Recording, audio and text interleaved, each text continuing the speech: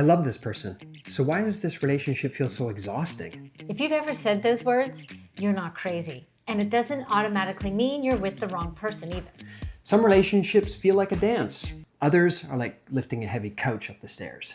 So if your relationship has you doing some heavy lifting, we're going to show you in this video why and how to do it so you're not alone. So grab a pen and let's begin. Hey, baby. Okay. Okay. Oh, yeah. The question that came to me from a client this week was, why are relationships so exhausting sometimes? To which I had several different reasons, but Yeah. I was... I got a couple. Yeah. Yeah.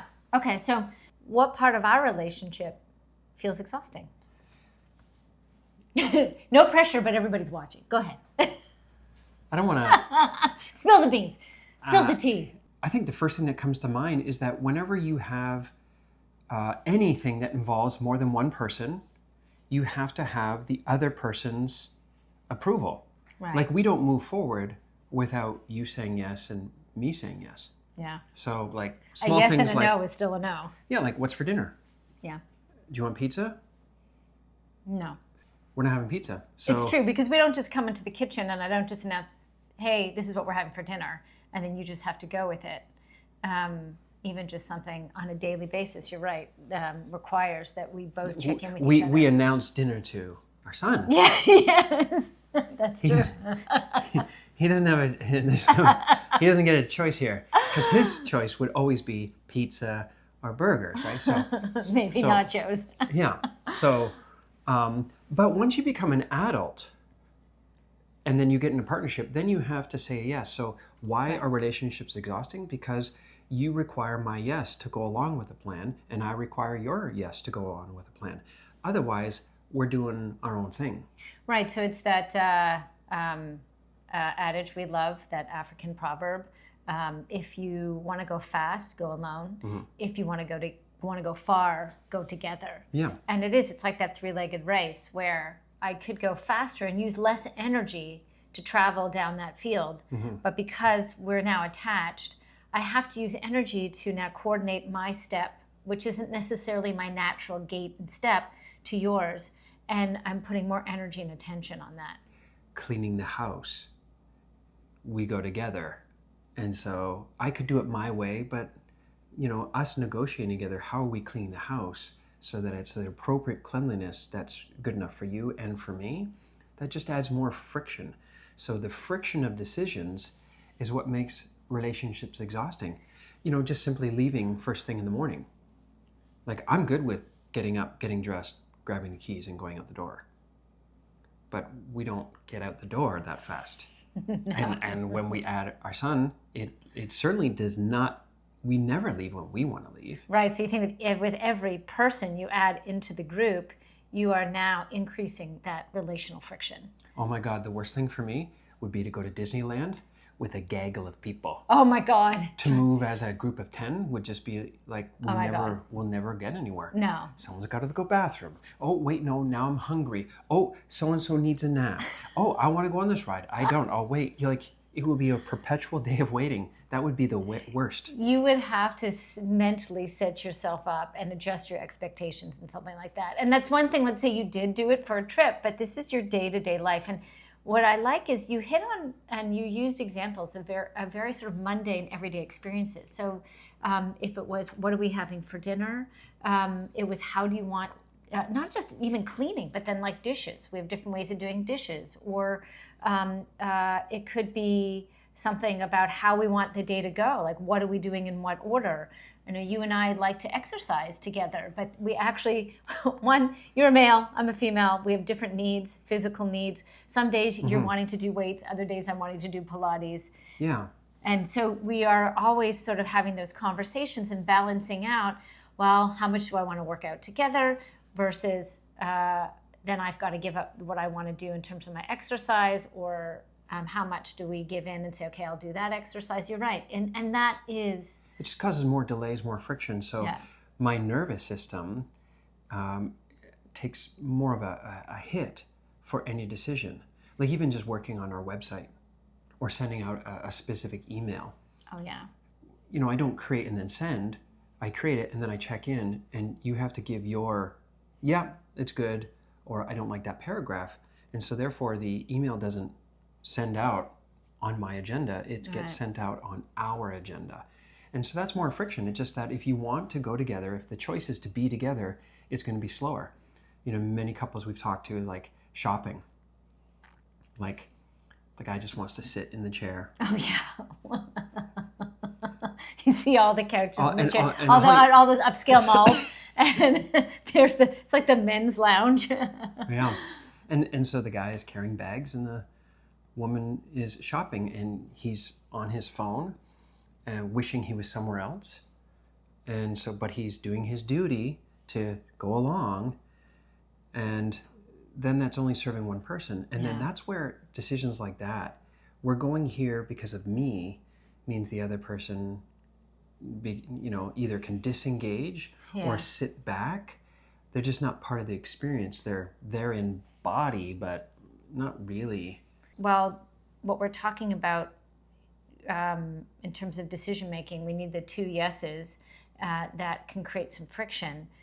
But the reason we do that is because the payoff on the other side, though, is so great. So for all the friction and the exhaustion, sometimes it is to check in and move together, do that 3-legged race. We just move slower in life, and that causes some friction, and that's just part of a relationship. Yeah. I imagine business partners go through this every day like we do. Absolutely. So, I think our company should go in this direction, and the other partner says, I don't think we should go in this direction. And so then it becomes a fight of, whose power, who gets more say, and then it starts the competition and coercion. And you and I have negotiated that many times, long ago. Many times working together. We're not making a business decision unless it's a business decision that we're both in. Because there's nothing worse than you wanting to do something and I'm like, I'm going to disengage, and I'll just pretend that it's a joint decision when it's actually your decision. Or vice versa. When I'm like, let's go here, and you're like, sure, and then, but you're really not into it. Though it just kind of taints the whole experience. When we are, your ideas weren't bad ideas. Actually, I've come to learn your ideas. Actually, some of them were quite wonderful. We have that recorded for all time now. It comes up with great ideas. They were just different than my ideas. And sometimes I just wanted my ideas to be done because I was attached to my ideas. Yeah. And my ideas weren't necessarily bad ideas either. They were just different. And I think that's the part of the exhaustion sometimes, is having to negotiate our attachment, letting go. When do I say yes? When do I try and set a boundary? And that whole negotiation takes energy and effort. I think the second piece that sort of spills over from the friction of 2 yeses is the engagement of a decision. So sometimes in relationships, one person is more of the driver, more of the engager of things happening, and the other is more a passenger, a backseat driver. Right. And so these are things like happy wife, happy life, where I will serve you because if you're a happy wife, then it's all good. But that's actually a lie, because it's saying wherever you want to go, I'm not really going to be engaged in. I'd rather be out doing my thing over here, but I will sacrifice my wants to dutifully show you I'm here for you. Right. And so I will serve you, and then when I'm done serving, now I get to do my thing. So please don't speak or have a comment, because I gave you the morning. Now I get to go do my afternoon by myself. And that's just more separate agendas. And so while it may seem like we've done something together, like let's go shopping where you want to go, I'm there in body, but not engaged. I'm not really present. You're checking off a box. Yeah, I'm not attuned. Yeah. And so while I may claim it's an us thing, it's really not. No, and I will know it and I'll feel it. And that actually is really good. There's exhaustion for both people, because the one who feels they're serving and checking off the box, you're there not because you want to be there. So if you're not getting joy out of the experience, you're not getting true happiness out of the experience. No. Those are the emotions and the experiences that actually fill us up and give back and give us energy. But the ones where we have to perform, we feel like we're doing a duty, we are giving of ourselves, sacrificing of ourselves, as though it's a transaction, that actually uses energy. That's draining. And then on the flip side, I can feel, if I'm being honest, I'll always feel when I know you're there only in body, not in spirit. Yeah. If one person in the relationship is responsible for scheduling, socializing, dinner out, buying tickets to the event, Oh yeah, that's also organizing right. the Uber, we're going to dinner next door neighbors, so I have to go get the bottle of wine or go get them flowers, or I have to bring the appetizers and I'll make it, and it's all me, but it's an us thing. Well, then the other person gets to just go along for the ride. Right. There's not an investment Yeah. in the togetherness. It's almost like relational napping. You do all that stuff and I'll just zen out and collect my energy. Yeah. And so the us experience is because I've done everything. Right. I've done everything. All you need to do is get dressed and show up. That's not an us event. And then imagine if I don't, and I don't make that, you know how zapping on your energy that will be? Like that'll just send you through the roof. The resentment will build. You want to talk about an emotion that drains your energy fast? It's resentment. Then the level of investment that put in, like some people will say, what? I showed up on time. Right. What, you're getting upset because I was 5 minutes late? Well, no, it's the 5 minutes late. Plus you didn't get the bottle of wine, and you didn't help in the kitchen put the appetizer together, and you didn't text them back and confirm, and you weren't there to plan the event in the first place. So and then I show up and I'm not even appreciating what you did too. Even that I'm not seeing what you did, I'm not acknowledging what you did, I'm not appreciating what you did.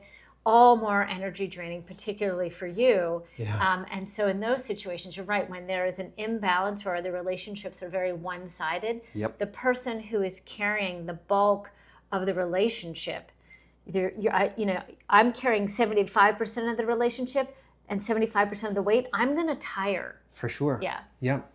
Because there's so much of life force going into the relationship. The other is using their life force for something else. What are you saving it up for? You're saving it up for when we're not together, for your golfing weekends, for your own or your needs. own needs. Yeah. And so if we took a snapshot on the schedule, we would see Monday through Friday, like, where's most of my investment? Like someone say, oh, my relationship is the most important thing to me. Yeah, but if I look at your schedule, you're at work, then you're out with buddies, then you have your, basketball hobby thing, and then you got to do something else like this, and then you're gone. Oh, you're doing your marathon training, and then so Sundays 2 to 4.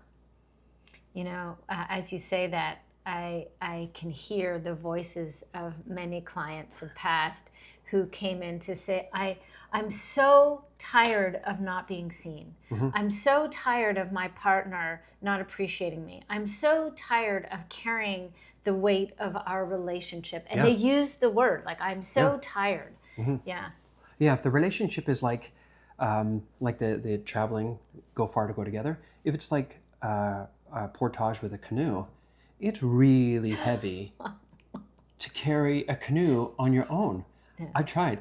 It's not fun. I just have this image of like you carrying the canoe actually, sorry, I love the canoe and I'm like eating a bag of chips it's sort of those tandem bikes. And then I have my feet up on the back. I'm on the bike. But you're on your phone. Yeah. Keep pedaling, honey. I'm pedaling up the hill. And I'm like, keep going, honey. Honey, keep we're going. slowing down. Go faster. And you're like, yeah, you go. Right? I need that cell reception. Can you get to the top? Yeah. And so it's oh my it's God, the imbalance. You'd throw me off the bike. You'd be like, whoops. Yeah. So that's what makes relationships exhausting. Yeah. There's one other thing too I can think of. And in a healthy sense, what can make relationships exhausting is listening. Because we are not reared to be listeners. We are reared to be talkers. Yep. And listening is a muscle. And so right now because it is active, and we talk about active listening, right? Mm-hmm. So meaning it's a whole body experience when we're doing it well. Yeah. And it's very engaging. It uses a lot of energy from our brain. And our brain, most people don't realize, uses up something like 20% of our daily energy. It is a big muscle. I think it's actually like 30. Oh, it might be. Like 30, even in underserved times, almost half of our energy demands just goes to our brain. So processing, taking in is just a big drain. It's a big drain. And so when you're listening and you're present, we're not on autopilot. Like our brain loves efficiencies and automation. So, we can brush our teeth and think of our laundry list at the same time of things to do today. But so we're half in, half out right. in that experience. So using less energy when I can just do the tasks that I have all these competencies in. But when I need to really listen and be present, and it's a muscle I'm not used to, that actually can just be tiring. Yeah. We're not trained to have that muscle be built in relationship. It's just talking at each other. But we don't get the experience of being understood or listened to or validated by the other human. But we deeply, deeply want that. We Yes. really want the other human being Very much so. in the relationship to really get us, to Yeah. understand our pain or understand why we're excited about something. Or why we just did what we did. No matter what it was or how crazy it was, we want the other person to go, oh, it makes sense. I understand why you did what you did. You're not crazy. And so that's a task of setting aside other things that are drawing attention, other distractions, putting down the phone, turning off the music and the TV, and say, the whole world, my whole world, is now on you, and I will not move from this position until you would want me to move from this position. And then, to be all in like that, that's training. That takes time. And to take in and listen and process is really exhausting. So this is why relationships can be really demanding, because our partner demands our attention. It's also why parents get exhausted, because toddlers demand attention. And so parenting kids is really exhausting because you have to listen to that story that just has no end. And if you have more than one child, you're doing it with your second, your third, your fourth, so you're giving a lot of your attention to other people. And so we have to grow that muscle. And also, when we're still and we're quiet, when I'm listening to you, any noise and uncomfortableness I've had I use distraction as my primary tool to manage my uncomfortable emotions and the thoughts and the stories that I have that I don't know how to process, will also start to come up. And take away from being here. Yes. And then I will feel that. And so, that's why, investing deeply in a relationship is going to be a big investment of your life force. Yes. Your romantic or your primary relationship is going to take a big portion of your life force. Work is also going to take a big portion of your life force. You don't have a lot extra. So that's why putting a lot of energy into socializing and lots of friends is great for when you're younger. But when you start to decide, this is now my life partner who I'm moving through with life, and I may go from partnership to family, it's a huge request. And so that's why the masters of relationship, the people that have great relationships, acknowledge, I have to give a big portion of me to us so that we can create a good team and therefore great family culture. And there's a big payoff, like anything. If you want a fit body and a healthy body, you put time and energy into it on a regular basis. It's not the hardship to exercise. It becomes actually a form of joy, even when you're working hard and you're sweating and you're grinding it out some days. Mm-hmm. But in the end, you feel strong, you feel confident, you feel healthy, and you know you created that. Yeah. And so it's the same thing in a relationship. Now, that said, I have one more thing that makes relationships exhausting. Bring it. Okay. Arguments. Yeah. Arguments and conflict are another thing I hear a lot of that people get exhausted from, and naturally so, because again, we just mentioned love happy energy, joy, good partnership, team exchange builds energy. Yep. You were giving into the relationship, and we reap the benefits of that exchange. Yeah.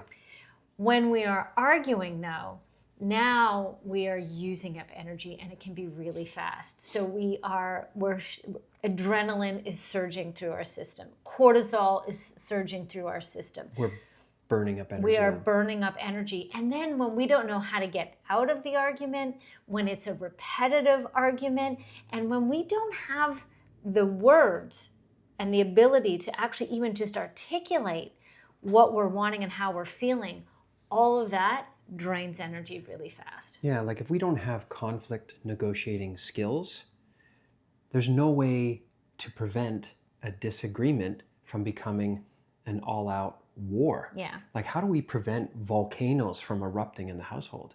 If you lack the skills, high probability, another day, another big blow up. Oh, and then when And you then say that, slamming doors, I'm out of here, I'm going to my parents. oh my God, right? the nervous system, as you even just talk about it, my nervous system starts to feel like what it would feel like to be around a house where there's slamming doors. And if you imagine like a pendulum swinging between you and I, and I'm like, no, screw you. And the pendulum goes to you, and you're like, no, screw you. And we keep pushing the pendulum back and forth. Then we're just propagating more drama. Yeah. And when we don't have conflict negotiating skills, very exhausting. Yeah. When we lack the skills to bring calm, to lower the temperature, that perpetual drama cycle just keeps eating up energy, and it eats up time. Then we lose hours. That's a good point. And hours in our week, repetitively, every week, because we have to go through another argument. Late night arguments. Oh, there goes another 90 minutes or another 4 hours. Oh, we're going to carry it on into Saturday. And there's more time that we need to debrief. And then all the other things that we'd want to do to create, we can't put that energy to because we still have to deal with the repair. We won't want to go shopping together if we're not talking with each other. So we have to fix that. And if we have a history of not being able to repair, where we just get in these arguments and it's time that eventually heals the wound, but we hold on to the resentment and we hold on to the knowing we didn't get ourselves out of it. We just got past it and ignore it now. Then every time we get an argument, that's instant drain, because a part of me will know, here we go again. Yep. I don't know how to get out of this. This is exhausting. And those thoughts actually will just drain my tank even faster. And so the experience of relationship, when you feel the relationship is draining, of course it's natural to ask, am I getting a return on this? Is this worth it? And when we put money... An important question. Into a something... valid question. Yeah. Like when we put money into something, we want to know, are we getting a return on that monetary investment? Yeah. And then if not, we're like, oh, I'm pulling my money out because I'm not getting a good return here. I'll invest my money somewhere else. Well, it's the same thing with relationships. When we invest our energy in, are we going to get a return on that investment for this life force? Is what we're creating benefiting you and me? Yeah. If it's only benefiting you, then I'm not here for the long term. I'm out of here, right? Right. So that's why relationships can be exhausting, when we feel it's just a drain in our system, but we're not getting the give and the receive back. Right. When I give to you, it's helping you, but it's also helping me, and it should be. The co-creative energy to keep that flow going. I help you, you help me. I scratch your back, you scratch my back. We do shopping for you, we do shopping for me. When we are both wanting to have each other's back, then it's not a drain in the system. Yeah. It's supporting, co-regulating, co-creating through life. Yeah, actually, I love that. And as you say that, it makes me realize that while anything worthwhile requires effort and energy, and therefore there will be a level of tiredness that comes with it. It's what kind of tiredness it is and what comes back at on the other side. I love that image of the give and take. And that's really where you have to look at your relationship. If it's exhausting because you are giving and giving and giving, and you are not receiving, then that's something you want to look at, seriously want to look at in your relationship. Then it's off balance. Then there's something unhealthy. And then you want to make the adjustments to turn it around. And whether it is the adjustment of my partner and I are going to learn to work together in new ways, or I need to get myself out of this relationship because it is not healthy, then you look at those strategies too.